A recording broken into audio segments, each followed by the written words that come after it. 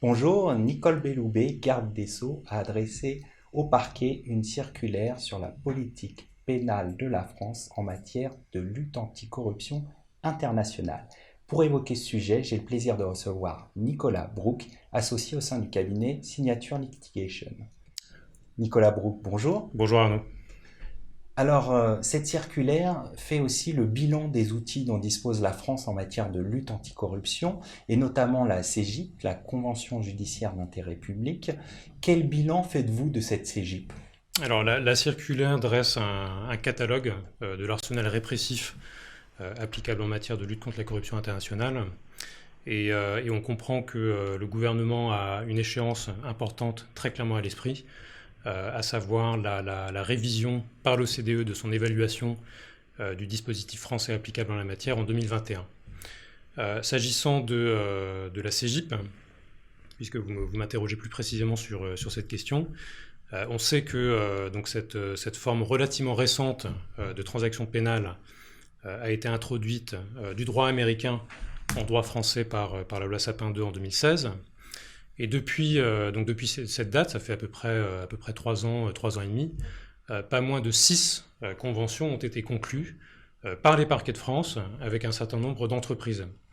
Et ce chiffre est assez impressionnant en soi, quand on tient compte du fait que quasiment aucune condamnation n'a été prononcée en matière de corruption d'agents publics étrangers impliquant des opérateurs français par les juridictions françaises.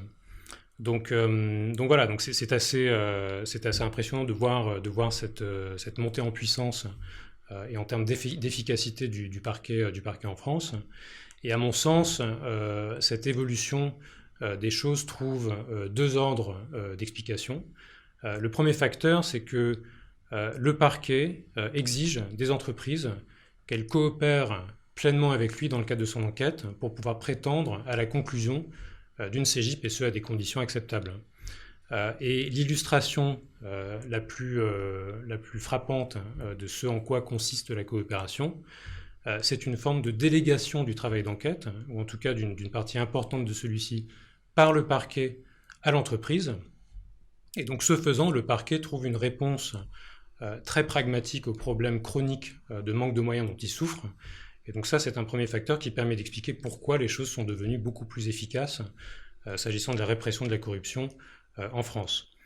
Le second facteur qui permet de comprendre un petit peu comment les choses évoluent, c'est que la CJIP peut, de manière peut-être un peu paradoxale, présenter un vrai intérêt pour les entreprises, l'alternative étant de se défendre de manière classique en espérant obtenir une relaxe devant les juridictions de jugement.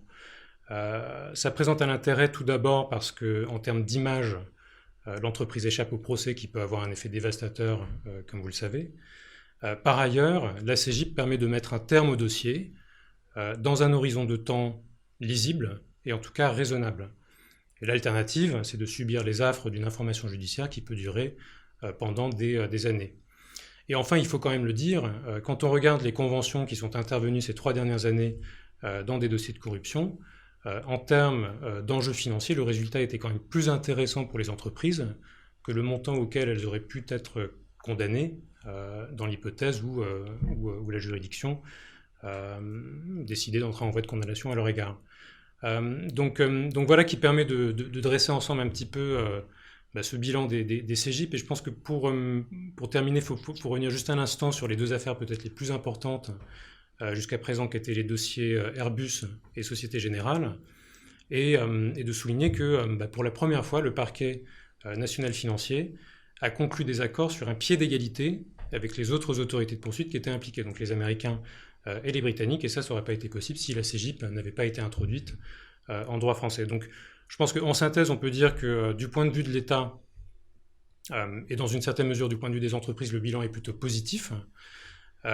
Mais il en demeure pas moins que l'éléphant dans la pièce, en quelque sorte, ça demeure les personnes physiques qui ne peuvent conclure de conventions judiciaires d'intérêt public en droit français. Et c'est problématique parce que c'est le cas dans d'autres systèmes, et notamment aux États-Unis. Et donc ça, c'est un facteur de déséquilibre dans le cadre des dossiers internationaux. Et c'est un sujet auquel il conviendra de continuer à réfléchir et d'apporter une solution dans les semaines et les mois qui viennent. Alors, autre point dans cette circulaire, elle invite les entreprises à dénoncer les faits internes. Qu'en pensez-vous et de quelle manière allez-vous conseiller les entreprises? Oui, alors la circulaire encourage en effet les entreprises à s'auto-dénoncer, à porter à la connaissance du parquet les faits litigieux. Et comme vous le savez, le PNF et l'Agence française anticorruption ont émis des lignes directrices conjointes il y a un an sur le sujet des conventions judiciaires d'intérêt public. Et on y voit la même préconisation. C'est-à-dire qu'on encourage également les entreprises à s'auto-dénoncer.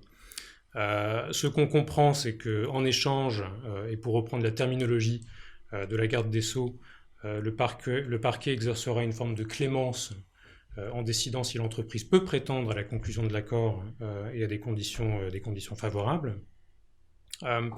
Selon moi, cet aspect du dispositif est lacunaire et encore beaucoup trop approximatif, parce que je pense qu'il n'est pas réaliste de penser qu'une entreprise se livrera entre guillemets à la justice si elle ne dispose pas de garanties absolument claires en contrepartie. Et donc de déclarer de manière un petit peu vague que le parquet fera preuve de clémence, c'est pas suffisant. Et donc aujourd'hui, la décision de procéder à une self-disclosure, c'est compliqué, c'est très compliqué.